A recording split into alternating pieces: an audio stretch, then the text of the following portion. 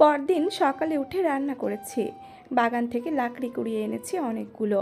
10টায় বের হব ফ্যাক্টরির উদ্দেশ্যে। রান্না শেষ করে খেতে বসেছি, এমন সময় এক প্রতিবেশী এলেন। নতুন মানুষ আমি, একটু পর পর অনেকেই দেখতে আসে। তিনি আমায় এক হালি ডিম দিয়ে বললেন, আমার পালন করা মুরগির ডিম এগুলো, ছেলে নিয়ে খেও। আমি তাকে বসতে বলি, সে বসে না, কাজ আছে বলে চলে যায়। এভাবে আরেকজন এসে লাউ দিয়ে যায়, আবার কেউ বা পুঁই শাক। বস্তির মানুষগুলো ভীষণ বিনয়ী, একে অন্যের পাশে থাকে। খাবার খেয়ে বাচ্চা দুটোকে নিয়ে বের হলাম, বেশকাতে করে ফ্যাক্টরি পৌঁছালাম। তখন সবে মাত্র রাশেদ মানে ফ্যাক্টরির বস ভেতরে ঢুকছে। আমায় দেখে তার অফিসে আসতে বললেন, গেলাম আমি। তিনি আমায় বসতে দিয়ে বললেন, আপনি কি সত্যি কাজটা করতে ইচ্ছুক? বেতন তেমন পাবেন না, মাত্র 7,000। এটা দিয়ে আপনার হয়ে যাবে? বললাম, বর্তমানে এই টাকাটাই আমার কাছে লাখ টাকার সমান। কাজটি খুব প্রয়োজন আমার, অনুগ্রহ করে আমায় কাজটি দিন। কথা দিচ্ছি, পরিশ্রম ও সততা ব্যতীত অন্য কিছু পাবেন না আমার মাঝে। তিনি কিছুক্ষণ ভেবে জবাব দিলেন, এসব কাজে সাধারণত আমরা বিশ্বস্ত মানুষই নিই, কারণ চুরি যায় বেশি। আপনি এত করে অনুরোধ করছেন, তাই কাজটা আপনাই দেব। আপনি আপনার বিষয়ে আমায় বিস্তারিত বলুন, এতে করে আপনার চরিত্র সম্পর্কে কিছুটা হলেও ধারণা পাবো আমি। আমি বললাম সবটা, আকাশের বিষয়টি থেকে শুরু করে সবটাই বলেছি। সব শুনে উনি বললেন, তার মানে আপনার আগে পিছে কেউ নেই? আমি জি বলে উত্তর দিই।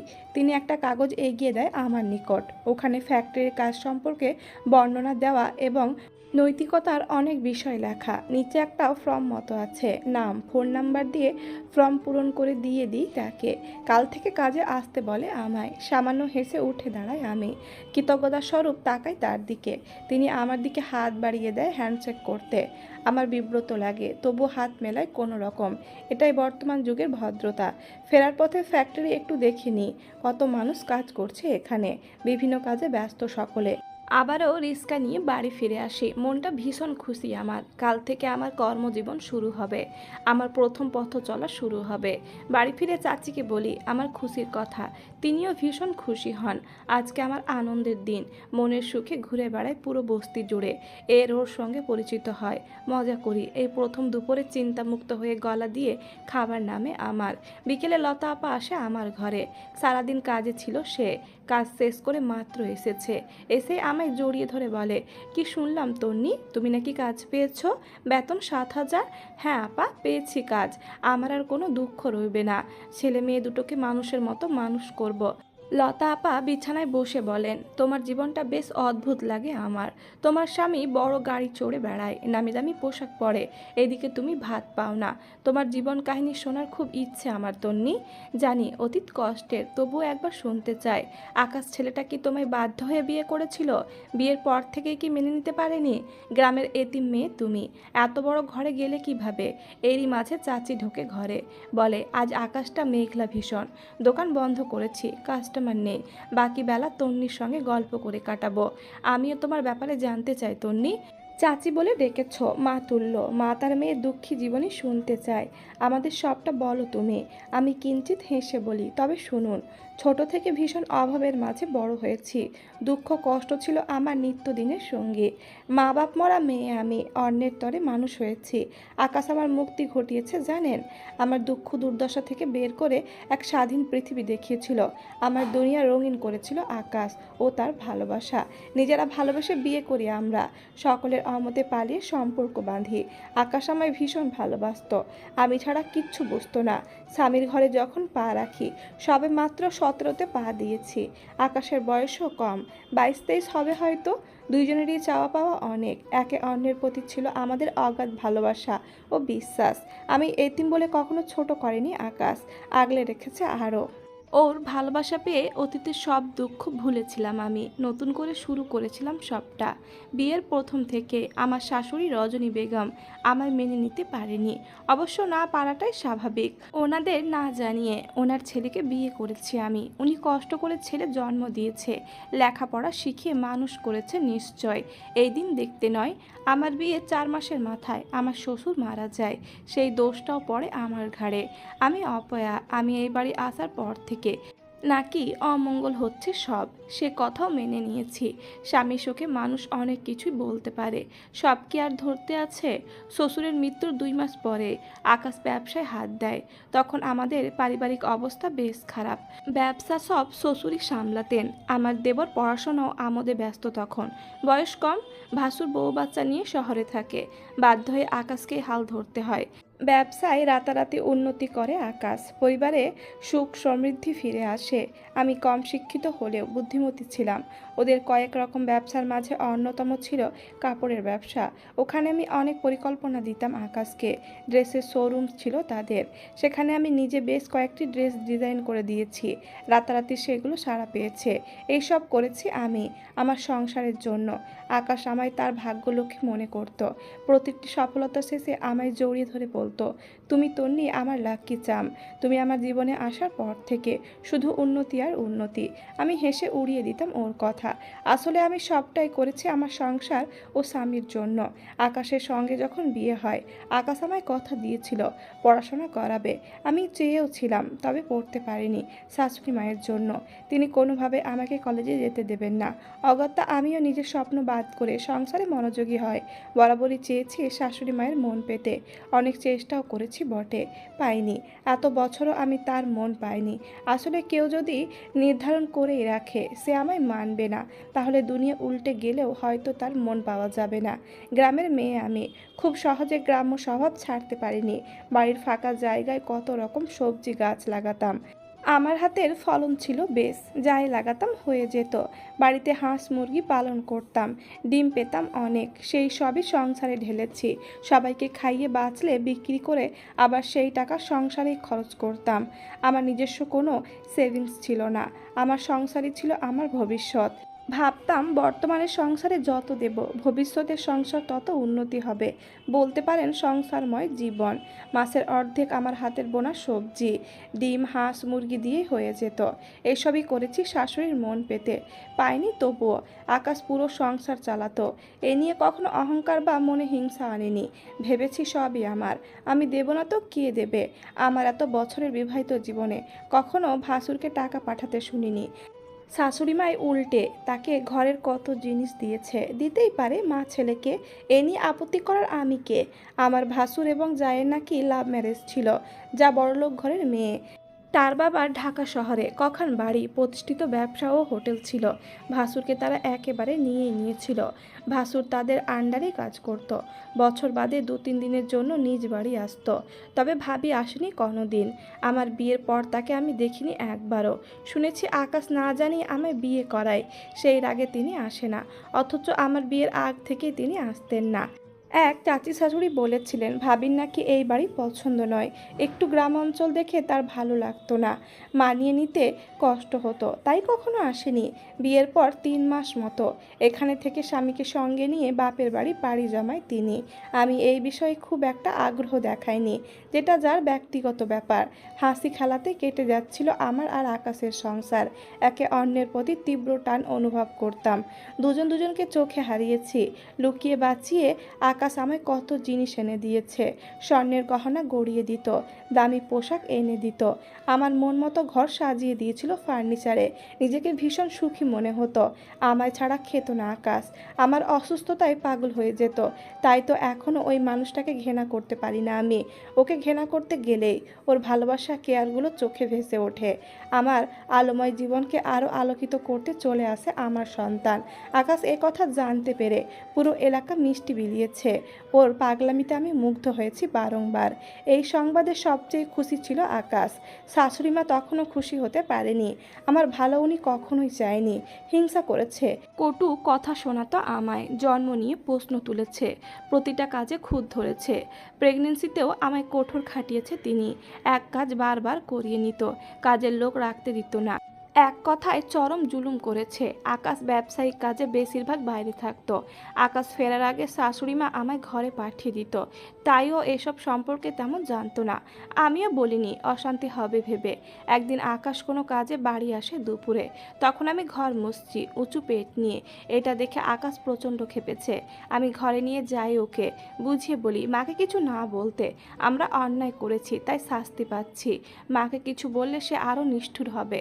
এতএব তিনি করছে করুক, বলছে বলুক, এক সময় উনি নিজেই শান্ত হয়ে যাবে। আকাশ শোনে না আমার কথা, মায়ের সঙ্গে প্রচণ্ড চিৎকার চেঁচামেচি করে। ওর ছোট ভাই, যে পুরুষ মানুষ হয়েও সারাদিন মহিলাদের মতো কূটনৈতিক কথা বলতো শাশুড়ির কানে, সেও আকাশের সঙ্গে ঝগড়া করে। ছেলেটা ভীষণ বেয়াদব ছিল, মুখের ভাষা ছিল জঘন্য, ছোট বড় দেখতো না। এক পর্যায়ে আকাশ রেগে গিয়ে বাড়ি থেকে বের হয়ে যায়।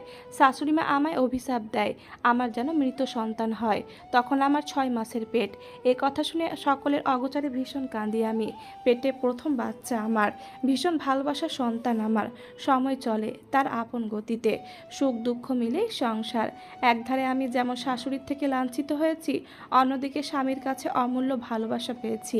আমার পুরো প্রেগনেন্সিতে আকাশ ভীষণ সাপোর্ট করেছে আমায়। এরপর এক ফুটফুটে পুত্র সন্তানের জন্ম দিই আমি। আকাশের খুশি এবার দেখে কে, পারলে নিচে গিয়ে বেড়ায় সে। ছেলের প্রথম মুখ দেখে আমায় একটা সুন্দর হাতের আংটি দেয়, ছেলেকে মোটা চেন দেয়। হাসপাতালে শাশুড়িমা আসেনি আমায় দেখতে, বাড়ি গিয়ে জোর করে আমি তার কোলে আমার ছেলেকে দিই। দেখলাম মিটিমিটি হাসছে তিনি। বাচ্চা হওয়ার পর আকাশের ভালোবাসা বেড়ে দ্বিগুণ। অফিসে খুব কম যেত, বাড়িতে বসেই কাজ করত। সারাক্ষণ ছেলেকে নিয়ে থাকতো, খাইয়ে দেওয়া, ঘুম পাড়িয়ে দেওয়া সবই ও করতো। আমার বেশি প্রেশার নিতে হয়নি বাচ্চা পালতে। 10টার আগে বিছানা ছাড়তে দিত না আমায়, বাচ্চার ঠান্ডা লাগবে নাকি এতে। দুজন কাজের লোক শুধু আমার আর বাচ্চার জন্যই রেখেছিল।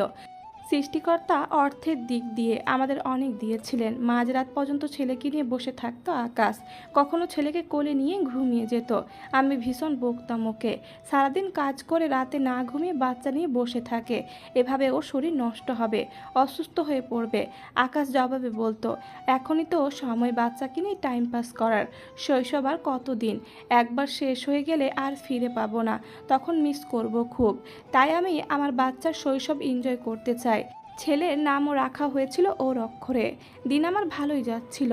আলিফ হওয়ার পর শাশুড়ি মায়ের অত্যাচার কমে এসেছিল অনেকটা। আগের মতো আর গালমন্দ কটু কথা বলতো না, আবার ভালোবাসতো না, প্রয়োজন ছাড়া কথা বলতো না। মাঝে মধ্যে অবশ্য মুখ ঝামটা দিত। ছেলেকে ঠিক মতো কোলে না নিলেও দেখতাম আমার অগোচরে আদর করত। তবে তিনি আমায় তখনও মেনে নেননি। ভেবেছিলাম এই বুঝি আমার সব সুখ ফিরবে, স্বামী শাশুড়ির মন পেয়ে সুখেতে সকলকে নিয়ে থাকতো। কিন্তু তার হলো কই, বৈশাখীর কাল বৈশাখী ঝড় এলোমেলো করে দেয় আমার জীবন। সেই দিনটা ছিল পয়লা বৈশাখ। প্রকৃতি ইমানদারেরা এই দিনে নতুন কিছু করে না, তেমন আমিও। বড়জাত ছোট বোন রিঙ্কি আসে বেড়াতে আমাদের বাড়ি। সেও শহরে থাকতো, ঘুরতে নাকি এসেছিল আমাদের এখানে। মেয়েটা দুধে আলতা গায়ের রং, পরনে লাল টকটকে শাড়ি, হাতা কাটা ব্লাউজ, চুলে খোপা ও কানে ফুল, মুখে ভারী মেকআপ। ভাঁজ করা শাড়ির আঁচল দিয়ে অনেকটুকু ফর্সা পেট দেখা যায়। আমি মেয়ে হয়ে ওর দিক থেকে চোখ ফেরাতে পারি না। আমার সঙ্গে কুশল বিনিময় করে রিঙ্কি। সংসারী মেয়ে আমি, ছুটি রান্নাঘরে। অতিথি এসেছে, ভালো মন্দ রান্না করতে হবে, একা হাতে অনেক পদ রান্না করি আমি। সেদিন ছিল আকাশের ছুটির দিন। বছর 5 আলিফকে কোলে নিয়ে রান্নাঘরের দিকে আসছিল আকাশ। মাঝপথে দেখা রিঙ্কির সঙ্গে, দুজনে কথা বলে। রিঙ্কি প্রশ্ন করে একের পর এক, কি করছো, কেমন আছো, আরও কত কি। আকাশ 2-1টার উত্তর দিয়ে অজুহাত দেখিয়ে চলে আসে। এরপরও রিঙ্কি ওর পেছন পেছন আসে, আর চোখে তাকিয়ে থাকে, মিটিমিটি হাসে। যদিও এসব আকাশ দেখেনি, সে তার মতো বাচ্চা নিয়ে ব্যস্ত। চোখ এড়ায়নি আমার। স্বামীর আশেপাশে কি ঘটছে সবটাই আমার দেখা চাই। প্রথমে ভেবেছিলাম অনেক বছর পর দেখা হয়েছে, তাই এমন করছে মেয়েটা। সম্পর্কে আবার বেয়াই হয়, মজা তামাশার সম্পর্ক। আমি রান্না শেষে ফ্রেশ হয়ে রিঙ্কিকে খেতে দিই। খাবার টেবিলে বসে মেয়েটা খাচ্ছিল। ফোনে বারবার টেক্সট আসে, মিসড কল আসে। ডাল দিতে গিয়ে ওর ফোনের স্ক্রিনে আমার চোখ যায়। পরপর জান লেখা কতগুলো মেসেজ, বুঝলাম না একটা মেয়ের কতগুলো জান হয়। আমি ফোনের স্ক্রিনে তাকিয়েছি, দেখি রিঙ্কি ফোনটা উল্টে দেয়। আমিও সরে আসি। কারো ব্যক্তিগত ব্যাপারে নাক গলানো আমার স্বভাব নয়। খাওয়া শেষ করে রিঙ্কি আকাশকে খোঁজে। আকাশ সবসময় একটা সুন্দর ড্রেস আপে থাকতো, যে কোনো সময় অফিসে যেতে হতো তাই পরিপাটি হয়ে থাকতো। ওকে দেখে মনেই হতো না এক বাচ্চার বাবা। মাঝে মাঝে আমিও মজা করে বলতাম, তুমি যা হ্যান্ডসাম তাতে তোমার আর একটা বিয়ে দেওয়া যাবে। আকাশ হেসে উড়িয়ে দিত আমার কথা, বুকের মাঝে শক্ত করে জড়িয়ে ধরে বলতো, তুমি থাকলেই চলবে তন্নি, তুমি একাই 10 জনের সমান। আমি সারা জীবন তোমার সঙ্গে থাকতে চাই। রিঙ্কি ইনিয়ে বিনিয়ে আকাশের সঙ্গে কথা বলতে চাইতো। আকাশ পাত্তা দিত না তেমন। ওর মন প্রেম ছিল সব আমি কেন্দ্রীয়। থেমে যায় তন্নি, লম্বা শ্বাস নেয়, এক গ্লাস পানি নিয়ে সাবার করে দেয় এক নিমিষেই। বাকিটা শুনতে অস্থির লতা আপা ও চাচি। লতা আপা প্রশ্ন করে, এটা তো তোমার সুখ ছিল, দুঃখ কই? আমি কিঞ্চিত হেসে বলি, সব একেবারেই শুনবেন নাকি? ধৈর্য ধরুন, এবার মাগরিবের আজান হয়েছে, বাড়ি ফিরে যান এবার, বাকিটা পরে শোনাবো। আপা ও চাচি দুজনের মুখে অসন্তোষ ভাব। চলে যায় তারা। আমি বিছানায় শুয়ে পড়ি, অতীতের সুখের স্মৃতি মনে করে সুখ সুখ অনুভব হচ্ছে আমার। আজ বরং একটু সুখেই থাকি। আজ সকাল থেকে মন মেজাজ ভালো নেই আমার। শরীরের মাঝে অস্বস্তি অনুভব হচ্ছে, জ্বর জ্বর ভাব। অমনি রান্না করেছি, শুধু আলু ভাতে ভাত করেছি। মা ছেলেতে মিলে ওটাই খেয়ে নিয়েছি। ফ্যাক্টরি যেতে হবে আজ, রাতে ডিউটি করার কথা থাকলেও আমার কাজ পড়েছে দিনে। এর জন্য ভীষণ কৃতজ্ঞ আমি। রাতে হলে ঝামেলা হয়ে যেত, একা একা মেয়েকে নিয়ে ফিরতে। বেলা হয়ে গেছে। মেয়েকে চাচির কাছে দিয়ে তৈরি হয়ে নিলাম বিপত্তি বাঁধে যাওয়ার সময়। ছেলে কিছুতে একা বাড়িতে থাকবে না। চাচি কত করে বোঝালো, সে শুনবেই না। চাচি বাবা সোনা বলে তার কাছে থাকতে বলল। দোকান থেকে খাবার জিনিসও দিতে চাইলো, তবুও সে আমায় ছাড়বে না। অগত্যা ছেলেকে নিয়েই রওনা হলাম। দেরি হয়ে গেছে এমনিতে। হেঁটে যাওয়ার ইচ্ছে ছিল, রোজ রোজ রিক্সা করে যাওয়ার সাধ্য আমার নেই। কিন্তু আজ প্রথম দিন, হেঁটে গেলে দেরি হবে, বসের ভরসা উঠে যাবে আমার ওপর থেকে। রিক্সাতে উঠে তাড়াতাড়ি নিয়ে যেতে বলি। মেয়ে আমার কোলেই ছিল, ছেলে পাশে। কিছুক্ষণ পর ফ্যাক্টরিতে পৌঁছে বসের সঙ্গে দেখা করি। তিনি আমাদের দেখে প্রথম প্রশ্ন করেন, আপনাকে তো বলেছিলাম ছেলেকে না আনতে। আমাদের কাজের একটা রুলস আছে তো নাকি? আপনি এমন করলে কাল থেকে অন্য কর্মীরাও একই কাজ করবে। ফ্যাক্টরিটা মাছের বাজার হয়ে যাবে। প্রথম দিনে আপনার থেকে এমনটা আশা করিনি মিস তন্নি। আমি অনুনয়ের স্বরে বললাম, ক্ষমা করে দিন স্যার, আজকের মতো প্রথম দিন তাই ছেলে জেদ ধরেছিল। এরপর আর এমন হবে না। আজ সারাদিন অফিসে বন্ধ থাকলে কাল থেকে এমনিতেই আসতে চাইবে না। অনুগ্রহ করে আজকের দিনটা ছাড় দিন আমায়। বসের চোখে মুখে রাগের আভা স্পষ্ট, তবুও বেশি কিছু বললেন না আমায়। এক লোক ডেকে কাজের জায়গায় নিয়ে যেতে বলল। আমায় নিয়ে ফ্যাক্টরির মেন পয়েন্টে নিয়ে একটা বসার জায়গা দেয়, ওখানে বসে কাজ করতে হবে আমায়। ছেলেকে একটু দূরে বসিয়ে চুপ থাকতে বলে কাজের জায়গায় বসি।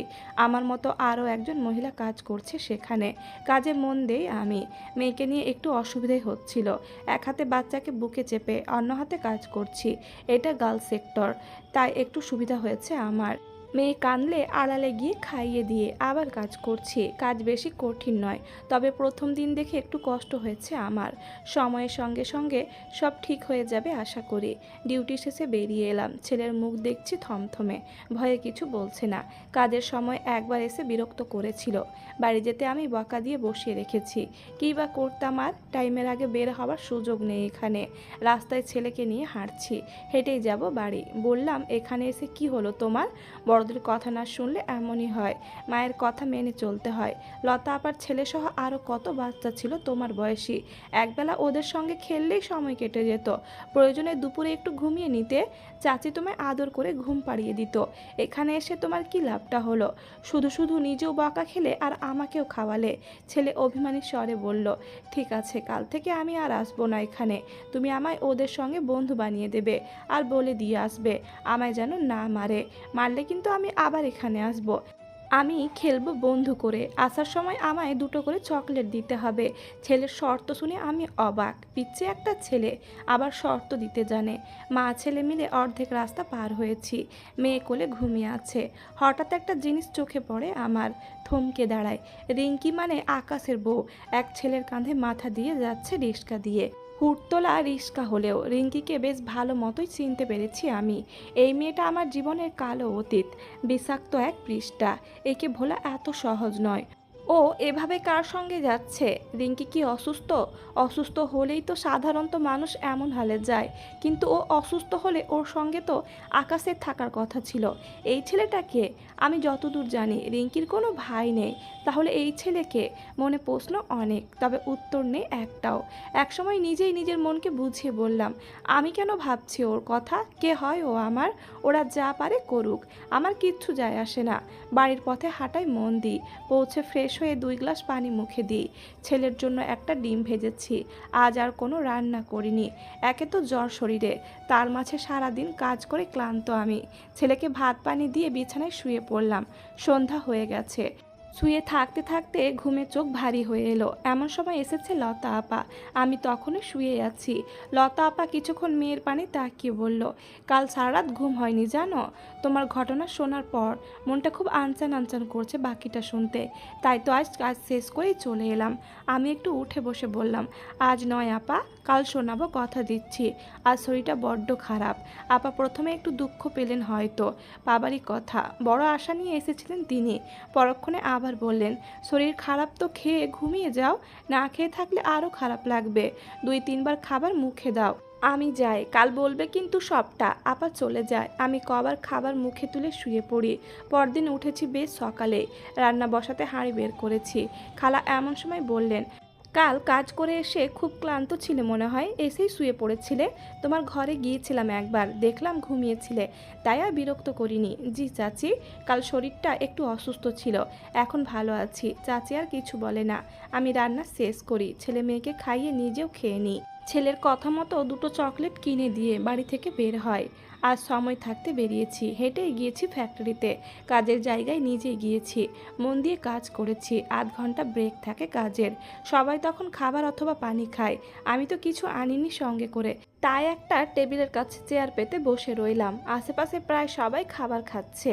বস মানে রাসেল স্যারকে দেখলাম, দূর থেকে দাঁড়িয়ে তাকিয়ে আছে এই দিকেই। একটু পর আমার সামনে এলেন তিনি। আমি তখন মেয়ের সঙ্গে কথা বলছি। স্যার এসে একটা চেয়ার টেনে বসলেন। আমি মেয়েকে কোলে নিয়ে উঠে দাঁড়াতে নিলে তিনি নিষেধ করলেন, বললেন, আজ আপনার কাজ লক্ষ্য করেছি, ভীষণ ভালো কাজ করেছেন। নতুন হলেও কাজে খুঁত ধরার উপায় নেই। Best of luck. আমি ধন্যবাদ দিয়ে চুপচাপ বসে রইলাম, মাথা নিচু করে। এর মাঝে ব্রেক টাইম শেষ, যে যার জায়গায় যেতে লাগলো। স্যার থেকে বিদায় নিয়ে আমিও গেলাম, মন দিয়ে কাজ করেছি। সবশেষে বাড়ি ফিরে আমি রান্না করেছি, মাছ আর ভাত করেছি, রেঁধেই খেয়ে নিয়েছি। আমি জানতাম লতা আপা আর চাচি আজ অবশ্যই আসবে। সত্যি সত্যি এলো তারা। লতা আপা সোজা কাহিনীতে যেতে বলল। আমি কিঞ্চিত হেসে বললাম, মানসিকভাবে তৈরি হয়ে নিন, এরপর যা শুনবেন তাতে মন নাড়া দিয়ে উঠতে পারে। এরা দেখলাম বেশ আয়েসি ভঙ্গিতে বসলো বিছানায়। আমিও লম্বা শ্বাস নিয়ে শুরু করলাম। আকাশের সঙ্গে দিনকাল কেটে যাচ্ছিল সুখেই। ছেলেকে নিয়ে ছোট্ট পরিবার আমাদের। এর মাঝে জানলাম আমাদের দ্বিতীয় সন্তান অর্থাৎ আমার মেয়ে আগমনের কথা। আকাশ এবারেও খুশি। এবার তার একটা মেয়ে চাই, মেয়ের নামও ঠিক করেছে, তবে ছেলের চাই ভাই। এই নিয়ে বাপ বেটাতে ঝগড়া। আমি বসে মজা নিই শুধু। আমার জীবনে তখন একটু একটু করে অন্ধকার ঘনিয়ে আসছে, যা আমার অজানা। রিঙ্কি মেয়েটা সেই বৈশাখের পর আরও 2বার এলো আমাদের বাড়িতে। আকাশের সঙ্গে কেমন যেন করে মেয়েটা, আমার ঠিক ভালো লাগে না, আবার বলতেও পারি না। আকাশ ঠিক ছিল তখনও, স্ত্রী ও বাচ্চা নিয়ে ওর জীবন তখন। এর মাঝে আমার দেওরের বিয়ে ঠিক হয়, পাকা কথা বলার দিন। পরিবারের সবাই যাবে, কিন্তু আমায় নেবেন না শাশুড়ি মা। তার ধারণা আমি গেলে আমার মতোই হবে তার ছোট ছেলের বউ। আমি যেতেও চাইলাম না। আকাশ নাছোড়বান্দা, আমায় ছাড়া সে যাবে না। বাড়িতে হুলুস থুলুস কাণ্ড। রিঙ্কি এলো এমন সময়, শুনলাম সেও যাবে সেদিন। কেন যেন এবার আর আকাশকে একা পাঠাতে চায় না, শাশুড়ি মার বারণ করা সত্ত্বেও। গেলাম আমি, মেয়ে দেখলাম। ওর নাম তটিনী, লম্বা চুল মেয়েটার, মাসাল্লাহ। ছোট একটা জব করে, আমার ভীষণ পছন্দ হয়েছে। দেখাশোনা আগেই ছিল, তাই ওই দিন বিয়ে ফিক্সড হলো। তারিখ দিয়ে বাড়ি এলাম। রিঙ্কি সেদিন আমাদের বাড়ি থাকবে। বড়জার করা আদেশ, তার বোনের যেন ঠিক মতো খাতির যত্ন হয়। শাশুড়ি মা নিজ হাতে বেড়ে খাওয়ালেন মেয়েটাকে, তার পাশের ঘরে থাকতে দিলেন, কিন্তু ও থাকবে আমার পাশের ঘরে। ওই ঘরে এসি ছিল তাই।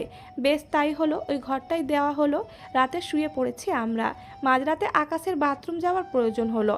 আমার বেডরুমের বাথরুমে তখন কি যেন সমস্যা হয়েছে, তাই বন্ধ রেখেছি কিছুদিন। আকাশ বাইরের বাথরুমে গেছে, আমায় বলেই গেছে। খুব বেশি গভীর ঘুম নেই তখন। হঠাৎ রিঙ্কির দরজা খোলার আওয়াজ পেলাম। সঙ্গে সঙ্গে চোখ দুটো খুলি আমি, কান সজাগ করি। মেয়েটা হেঁটে হেঁটে আমার ঘরের সামনে দিয়ে গেল। ওই রুমে বাথরুম আছে, তাহলে এত রাতে ওর কাজ কি বাইরে? মনে খটকা লাগে আমার। বাহির হয় আমি, চারপাশে তাকিয়ে দেখি রিঙ্কি নেই। ডাইনিংয়ের আলো জ্বলে সারা রাত। আকাশ যেই বাথরুমে গেছে সেই দিকে গেলাম, দেখলাম রিঙ্কি দাঁড়িয়ে আছে বাইরে। এই কেমন ভদ্রতা একটা পরপুরুষ বাথরুমে, ও একটা মেয়ে বাইরে দাঁড়িয়ে আছে হ্যাংলার মতো। বিষয়টি কেমন যেন লাগে আমার। এগিয়ে গিয়ে প্রশ্ন করি, তুমি এখানে কেন রিঙ্কি? ছেলে মানুষ বাথরুমে গেলে এভাবে কেউ দাঁড়িয়ে থাকে, তাও এত রাতে? তোমার ঘরে তো বাথরুম আছে। ও আমায় দেখে যেন ভ্যাবাচাকা খেয়ে যায়, আমতা আমতা করে বলে, সরি, আমি বুঝতে পারিনি তোমার বর বাথরুমে গেছে। আমি ভেবেছি তুমি গেছো, তাই দাঁড়িয়ে অপেক্ষা করছিলাম। আমার বাথরুমটা একটু অপরিষ্কার আছে, তাই যেতে ইচ্ছে হয়নি। ওর কথা শুনে আমি যেন আকাশ থেকে পড়লাম। ও আসার আগের দিনই আমি বাথরুম পরিষ্কার করেছি ওই ঘরের। এরপর কেউ যায়নি, কারণ ওই ঘরে কেউ থাকে না। এর মাঝে আকাশ বের হয়, দুজনকে বাথরুমের বাইরে দাঁড়িয়ে থাকতে দেখে ভুরু কুচকায়। আমি বিষয়টি গোপন করে বলি, তুমি ঘরে যাও, ছেলে একা আছে, একটা দরকারে আমি আর রিঙ্কি কথা বলছিলাম। আকাশ চলে যেতে রিঙ্কিও যায়। আমি আর দাঁড়িয়ে থেকে কি করব, তাই আমিও ঘরে যাই। পরদিন দেখি আকাশ তৈরি হয়ে নিচে নেমেছে অফিস যেতে। রিঙ্কি বারবার ওর সঙ্গে যেতে চায়, শপিং মলের আগে নামিয়ে দিতে বলে। আকাশের মিটিং থাকায় ওর সঙ্গে ওর দুজন ক্লায়েন্টও যাবে সেদিন। তারা আগে থেকে গাড়িতে বসে আছে। এই কথা শুনে রিঙ্কির খুব মন খারাপ। কাউকে না বলেই বাড়ি ছেড়ে চলে যায় সে। সন্ধ্যায় আকাশের ফোনে কল আসে অপরিচিত নাম্বার থেকে। কল ধরি আমি, কথা বলে না কেউ। 3বার এমনই হয়। আকাশ তখন কম্পিউটারে কাজ করছে বিধায় আমায় ধরতে বলে কল। ওদিকে কথা না বলায় বিরক্ত হয়ে ওর ফোন ওকে দিয়ে পেছনে দাঁড়িয়ে থাকি আমি। মিনিট 2 পর আবারও কল আসে। এবার আকাশ রিসিভ করে। রিঙ্কির কল ছিল সেটা। আকাশকে ওর বোন অর্থাৎ আমার বড়জার আসার সংবাদ দিচ্ছে। আমি বুঝলাম না, এ কথা আমায় বললে কি হতো, আমি কল ধরলে কথাই বলল না কেন? বিষয়টি গোলমেলে লাগে এবার।